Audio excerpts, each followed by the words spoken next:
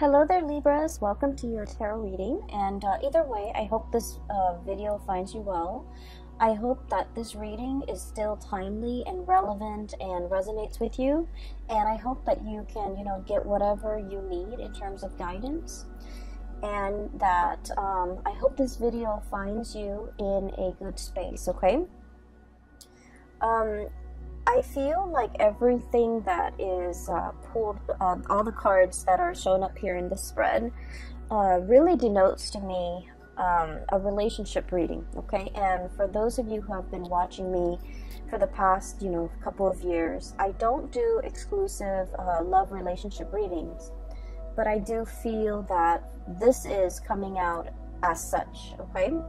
And I also feel like there might be a lot of different people that you're dealing with as well, like either a lot of options, or some of you are dealing with this person, others are dealing with this person, others this person, and so on and so forth. So the reading seems to be like this, okay? The center is you, and then you have like these 4 other people that you're dealing with. That's what it feels like to me. So I'm going to relay some messages or images that came through when I was shuffling, and then we'll unpack these messages and see how it plays out in the cards, okay? So you've got some, I want to say vivid, very vivid images that came through. First of all, the first image that I saw is, I see this man. He's probably like around 45 to 50 years old.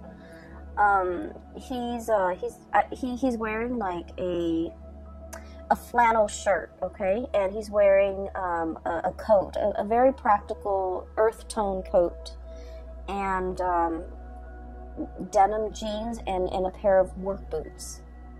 He's in his driveway, and he's shoveling snow.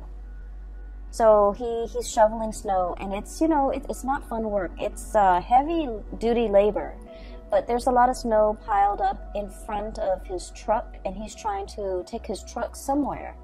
So he's shoveling snow, and it seems like he's been at it for like 20 minutes.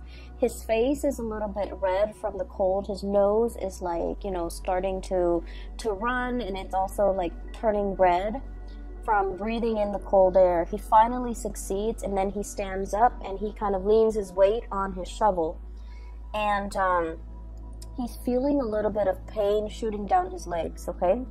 And I feel like this might be the right side, like the right leg, around the hip area. So I'm thinking something similar to like sciatica, or just something like I don't feel like it's a pulled muscle. I feel like it's a pre-existing spot, okay? So then he puts away the shovel. He's finally able to clear the driveway so that he can move his truck. He gets into his truck, and then he drives to this little diner. So through this, I guess, like, moving picture, I feel like he's just going through the motions, okay? Going through the motions. It's cold, it's snowing, and he's just, trying to get someplace warm. He goes to this diner where he goes every day to have his breakfast. And so he sits down at the, let me see, I guess it's kind of like the counter. This is not a bar, so it's kind of like the counter. And he gets his coffee, he gets his, eggs and whatever. Eggs and bacon and whatever, like a hard, sturdy man like him would get for breakfast, and straight black coffee. And there's a woman behind the counter.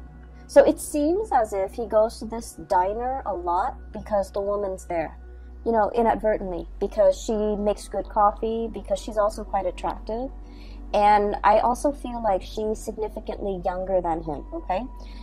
By significantly younger, I would say 10 years or more younger than this man, okay? She's pretty, and she's young, and she's really just bubbly, and she's like everything that you could hope for, when you have a gray day and she's serving you food, okay? So she's behind the counter, and she's just like, I saw you kind of limping when you walked up in here. What's going on? And then he touches the side of his hips, like on the right side. He's all like, oh, it's a pre-existing condition, okay? So that's what he says. And then I kind of hear his thoughts where he's thinking like the cold triggers it, or it's every time around this, every year around this time, it bothers me. So he's thinking that. He doesn't tell her, but he's thinking that. She serves him his food, and he's looking at her, kind of like doing her thing behind the counter. And I feel like he's thinking as well to himself that, you know, if I were younger, I would love to have a woman like that by my side, okay? He's not thinking anything inappropriate. He's just thinking that she's a very lovely lady. She's pretty, she's nice, she's kind, and she seems very observant. So he's thinking that, but he doesn't let his feelings show. So this is a man who's got a very, very rough exterior. He's probably like a blue collar, you know, day laborer. Not that there's anything wrong with that. I just feel like, you know, he's somebody that fixes things. He's somebody that uses his hands and uses a lot of force with his job, right? So you don't see the tenderness or the softness in him, but his thoughts are very soft and tender. You don't see it on the exterior of this man, but I feel like, you know, he's got a good heart, okay? He's an honest, hardworking, good man. And the scene cuts out. So, what I was seeing here is, I feel like for some of you, you might be the waitress or the hostess or the person working behind the counter. Okay, you might be in a position where a lot of people that you normally might not consider your type are kind of secretly admiring you from afar. And this kind of harkens back to the Aries reading that I did, where Aries, they have a lot of admirers and a lot of suitors, but the suitors are kind of looking at Aries like they want to have a screaming good time with Aries. But I feel like your admirers are thinking like you're a really good person, you're a really good man, or you're a really good woman, and they wish they could find a really good man or a really good woman like you. They see the gentle way in which you deal with people. They see the friendly way and the ease in which you have conversations with others. They see the ease in which you're able to smile and make people feel at ease.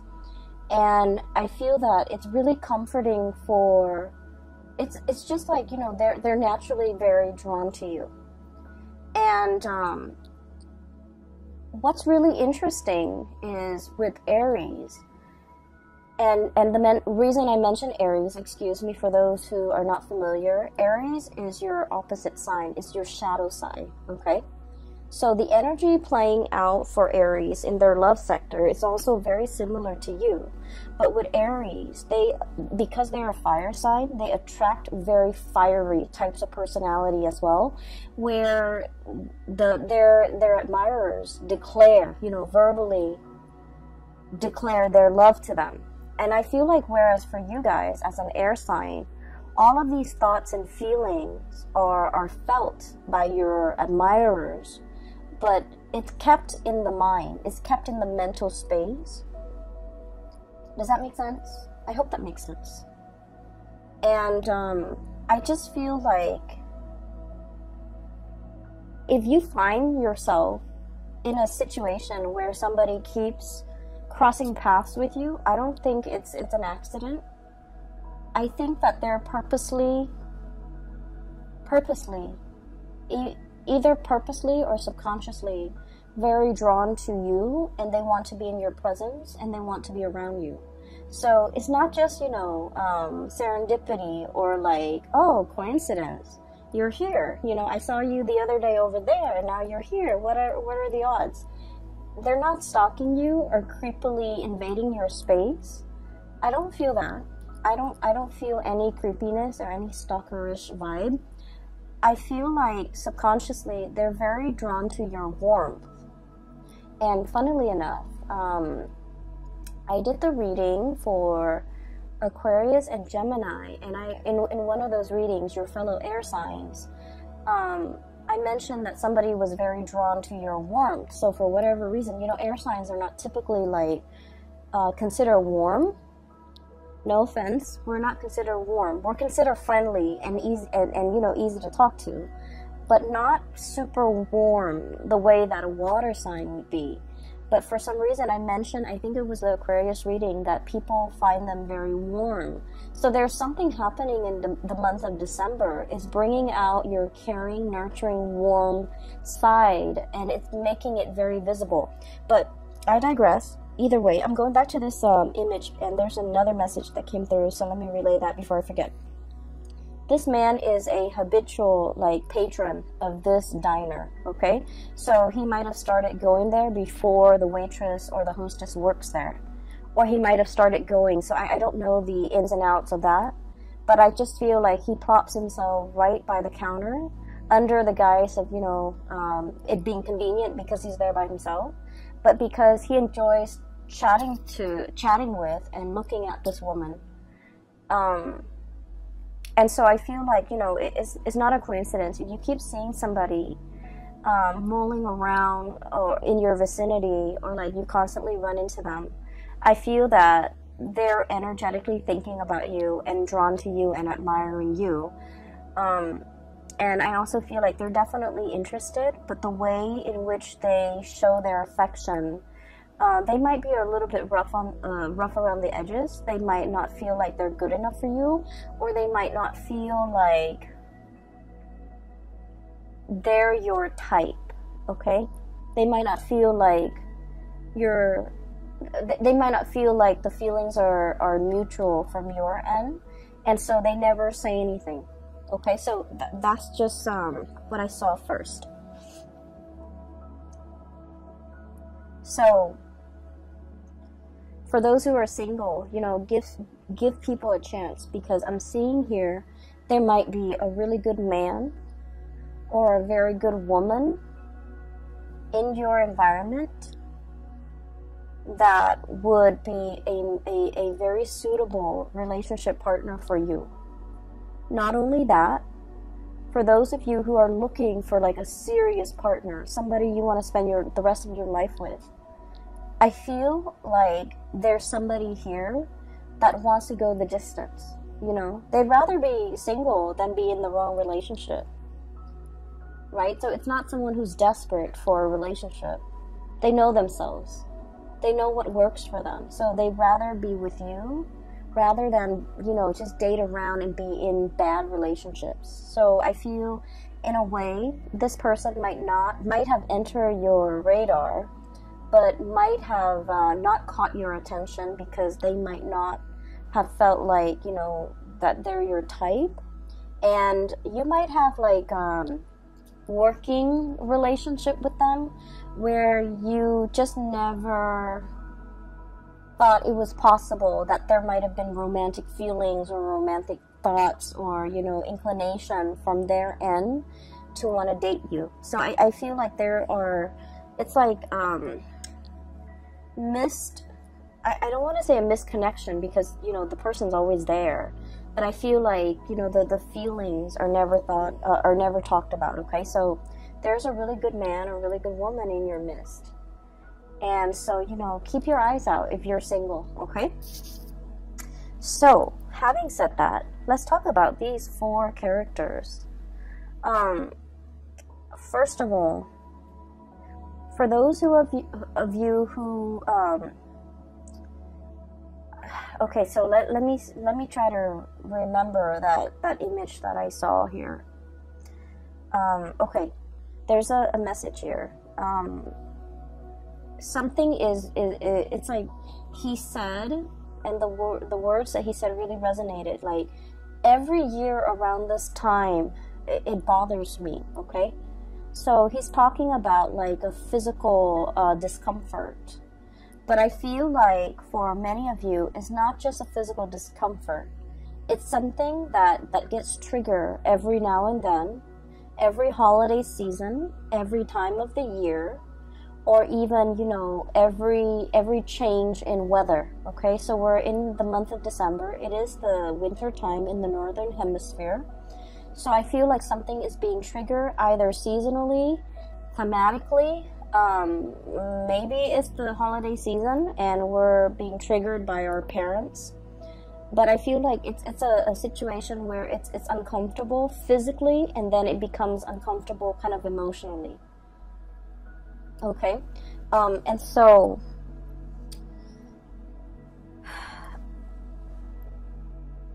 I do feel like there might be a lot of squabbling between you and a significant other over something that gets triggered every year around this time. For some of you, this could have to do with, you know, the blending of the family, co-parenting. Do we send the kids to this place or do we send the kids to the other place? If you're in like blended family, that also becomes a source of contention. Do I take my kids or do my ex get to keep the kids for these major holidays? Do I spend, you know, time with my new wife, my new husband and their kids? Or do I spend my holidays with my ex and my child with the ex? So it's like complicated, okay? Things are complicated. And so I feel like something is recurring. And then I also feel for many of you, the message that I'm getting here is just because there is conflict amongst people, it doesn't mean that the love is not there. Does that make sense? I hope that makes sense to you, because that's what chose to come out. So that's what like just kind of oozed out. So I feel like it's kind of telling you, if you're dealing with somebody and every single time you talk about this one topic, it triggers conflict, it triggers like disagreement, it triggers lack of consensus, it just triggers like really raw emotions within you and then within that other person. And just because it does that, it doesn't mean that there's, you know, zero compatibility. It's just you feel really strongly about this topic, they feel really strongly about this topic. This might just be a hot trigger topic for you and this person. It doesn't mean that it's the end of the world, and it doesn't mean that, you know, you guys are doomed. Okay? It doesn't indicate to me that this is a sign, this is not the person for you to be with. That's not what it's saying. It's saying that even the best relationships, you know, go through periods of abundance and drought. Even the best, healthiest relationship involves quarrels, involves disagreement. And actually, a dose of disagreement strengthens a relationship, okay? So once again, I'm going to give that analogy with the tree. I don't describe it very well, but I'm just going to try. So when you have a tree, okay, the tree has to deal with inclement weather. It has to grow in a place where there's a lot of wind, where there's a lot of rain, where there's a lot of just, you know, it has to be exposed to the elements for the trunks to become stronger, for the tree to learn to grow straight. And so adversity is the stuff of life, okay? It fortifies us, it makes us stronger. So arguments within the relationship serve the same purpose in that it strengthens the relationship. It allows you to stand your ground, and it allows the other person to stand theirs. It allows the two of you to learn to compromise, to learn to work around each other. It strengthens the relationship. So every relationship requires a healthy dose of arguments, disagreements. Okay? And the reason why I say this is we have the Five of Swords, which is bickering. So you see this card, there are 3 chickens, and it's clucking. You know how when the chickens just cluck? It's very irritating, it's very annoying. And at the end of the day, it's just clucks, just noise. No one is really hearing one another. But it's joined up here with the Two of Cups. And this is a reminder for us this holiday season when we're dealing with like a lot of people, when we're dealing with coworkers, office parties, family gatherings, meeting everybody from, you know, friends and relatives and who they're dating, keeping everybody's uncles' names and aunts' names straight. We're in this environment where we're not gonna get along. And I keep hearing this as well. The topics of politics and religion will come up. And, you know, it's such a hot trigger topic nowadays. So we're not always going to get along. But we don't have to get along. With this Two of Cups here, it's a gentle reminder for us that, you know, we're not human unless we have strong opinions about things, right? Unless we can think for ourselves, and unless we know what we believe in and what we don't believe in, what is total rubbish. And so it's really telling you to pick your battles, because the Five of Swords is mindless bickering, whereas the Two of Cups is about camaraderie. It's about calmness and tranquility and compatibility. So pick your battles, but at the same time, a healthy dose of conflict, if we don't take it personally, is very good for fostering solid, strong relationships. And, you know, Libras, you guys are the gentlest signs of the zodiac. I feel like you guys and Cancers are very gentle, are very like kind, loving people. You're also very conflict avoidant. You will stand up for the things that you believe in, but you don't want to argue with somebody, especially if they're not very knowledgeable. You don't want to waste your time. And then you also don't like it when other people argue, okay? It ruins your vibe. It ruins the ambiance, and it makes you uncomfortable. And so I would say, you know, being around this environment might not be all that bad, because I feel that some things need to be addressed. Some things need to be kind of brought to the surface and talked about, so that we can fortify our relationships, okay? It's sort of like with family members. It's a love-hate relationship, right? We get, like, you can't live with them, can't live without them. There's a lot of conflict, there's a lot of bickering. They know how to push your buttons, but at the same time, there's, you know, unconditionally, like, there's a lot of love. So it's one of those situations where take the good with the bad. You know, that's life, pretty much, okay? So there's this person here where, you know, you can't get along, but it doesn't diminish the love, okay? And then I have another person here that is very loving, very attractive, very beautiful. And it's showing up here as the Empress. This is somebody with children. This is somebody you might have children with. And we have the Ace of Pentacles. And the Ace of Pentacles is possibly like the beginning of something. So for some of you, you might be contemplating, you know, going after somebody that you're really interested in. You might not have children, they might have children, and so you're kind of like, you know, slowing buying your time, or pondering, and, you know, like, if this is a good thing to get involved in. Give me just 1 second. Sorry about that.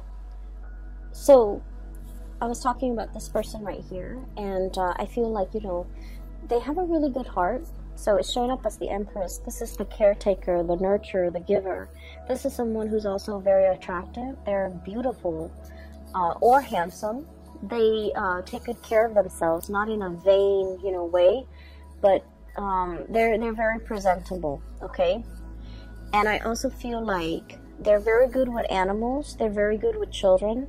When people are good to animals and are good to children, they're just a good person, okay? So I feel like you and this person might be on the verge of either tying the knot, taking a relationship, like, you know, somebody asking somebody, approaching someone to ask. They could be approaching you, you could be approaching them, for like, hey, do you want to go out for dinner? I'm interested in you. So like, there's some type of an offer coming through with this person here.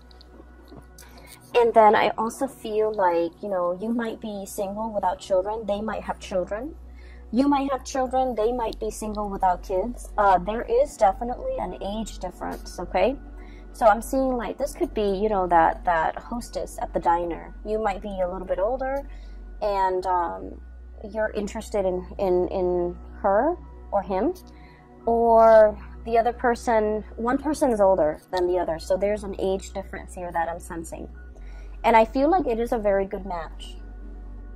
And I feel that, you know, if you're the one without the children, their children are very well behaved, and they will embrace you like family. They will treat you like family. They will, you know, invite you into the fold. Okay, so I feel like there's a potential here for a really good relationship.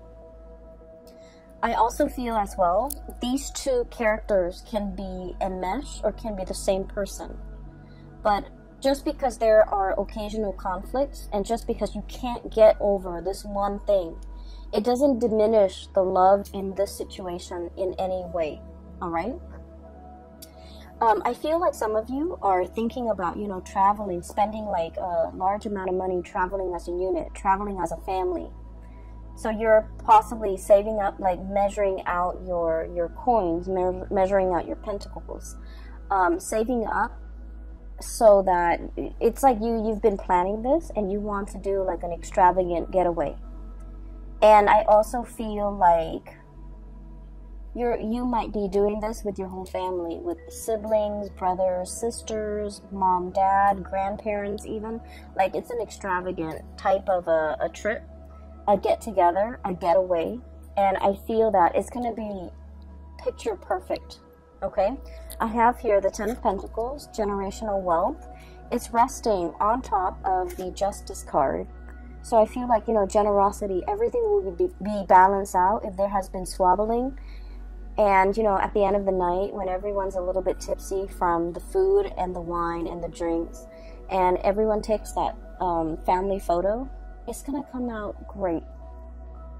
So I see a lot of togetherness, a lot of, you know, camaraderie, and just a tremendous amount of love here coming through from this spread. That indicates to me, you know, no matter what, it's going to be fine. And so, what I also feel as well, when I saw that man kind of talking about, you know, every time around every year around this time, it bothers me. I'm getting an image of snow, okay, like the cold, the snow. It could even be the month of December. Something happened last year around the month of December where somebody exited the picture. I feel like somebody exited the picture. And then this month in December, I feel like they might have also exited the picture, and you're missing this person. For some of you, this could be a fire sign, a Sagittarius, an Aries, or a Leo. We have the King of Pentacles. I'm sorry, the King of Wands. So this is the fire sign. Sagittarius, Aries, or Leo, and the Five of Pentacles. Leaving the picture, left out in the cold, there might not have been a lot of communication between you and this person. You're looking at them, thinking and wondering what they're up to. They're thinking and wondering about you, what you're up to. For many of you, this is like a relationship that never got off the ground. Misconnections. I feel like the other person had to do something to get their career or their work in order. I also feel like you had things in your life that was preventing you from being in a relationship with this person. Okay? And I do sense for many of you, you might be in another relationship and you admire this person. I feel like the feelings are very mutual. You like them, they like you. But for whatever reason, they were going off to pursue their career. You might have been in another relationship and you couldn't be with them. So the feelings are felt, but I feel like out of the sense of responsibility and more morality and ethics, nobody did anything because because they didn't want you to stray. You also didn't want to stray. And so there was like a missed opportunity here. And I feel like, you know, there's a thing here about timing and seasons and December.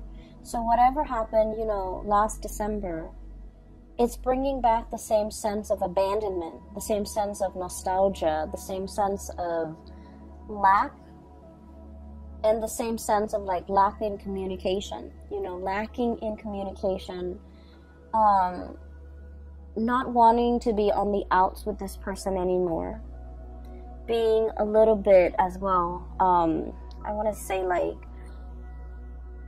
it's stirring up a pain, okay? It's stirring up like a discomfort, a pain. And you wish that it wasn't there. You wish that it wasn't there. You wish that you could find a way to, you know, it's like it's a recurring thing. So like it comes back in very unexpected ways. There might be symptoms, there might be things that trigger it, there might be, you know, communication from the person, or you've been thinking about this person, or thinking about the time you spent with this person in December last year, in December this year. So there's an element here about, you know, cycles, something being very cyclical. It's recurring, it's coming back. And especially for those who are single, it might be a really good time for you to contact this person and reach out, because they're looking at you, you're looking at them, and I do feel this tremendous sense of longing, missing, wanting. And it's not like a passionate sexual way. I feel like there's a lot more depth to this. It's an emotional connection, okay, where like in their presence you feel whole. You feel like you're on top of the world. And so if you're single and if you want to reach out, it is a really good time for you to reach out, because I feel like they're looking at you and they're wondering what you're up to. And so a hello would go a long way, okay?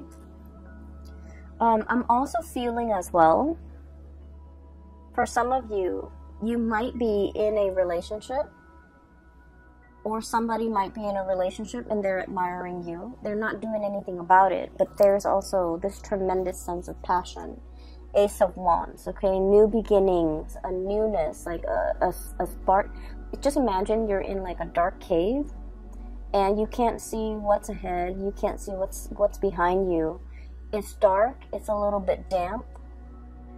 You're not able to perceive like where you're going. And then all of a sudden, there's a match, and then a spark, and then a torch, okay? And it brings light, and it brings visibility to this dank and dark cave. That's what this card represents. It's like, I once was lost, and now I can find my way. Now I can see. That's what it feels like to me. Because there's a spark of passion here that somebody is coming in, igniting in your life, or you are coming in igniting this spark in somebody else's life. And once we have been ignited, you know, matches are like single use, right? So it denotes to me this is like a once in a lifetime, or this is like something that is very extraordinary, something that is very unique, something that comes once in a lifetime, something that brings us, you know, into a new sense of being. And so I feel like the presence that you have in somebody's life, whether or not you are aware of it, it is very transformative. And keep in mind, it is single use. So it's like they can't find another one like you. You can't find another one like them. And without this person's presence in the picture, life is just not the same. And so if you're dealing with this energy and you're not really sure what you should do, I would say, you know, the month of December is about closure. It's the last month of the year. And so it's a really good time for us to tie up loose ends. It's a really good time for us to kind of like, so it's like you're hitting the end, right? So you can't really procrastinate anymore. So it would benefit everybody, I feel. Wrap up loose ends. Say what needs to be said. Don't carry it. Don't carry the energy into the next year. Don't carry the regrets. Don't carry the, I wish I could have reached out. I wish, we could have been communicating. I wish I could spend the holidays with this person. I wish I could see this person. We don't want any of that lingering into the new year, the 2020 time frame. So there's a lot of opportunities here, and there's just like undercurrent. There are a lot of different stories that are coming through.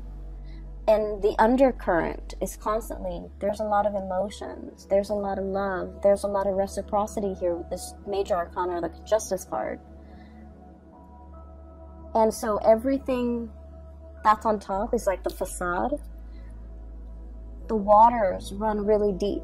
The spiritual connection, the emotional connection, the love, the consideration, the kindness that emanates from the other person to you and you to them, vice versa. It's in a very human, caring way. And so I feel like whatever it is, don't leave things unsaid. Don't leave things unfinished. Wrap up loose ends. Complete them. And decide for yourself what is worth, who is worth bringing into the future with you.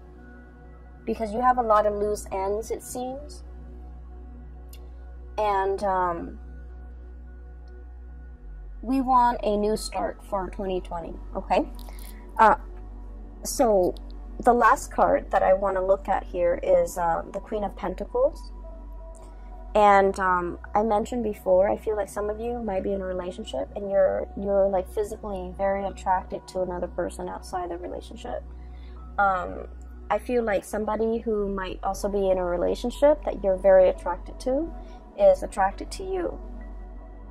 And I see this sense of like somebody, both of you and the other person, are very aware of that there might be obstacles, and you guys are not acting on it because you want to, do things the right way.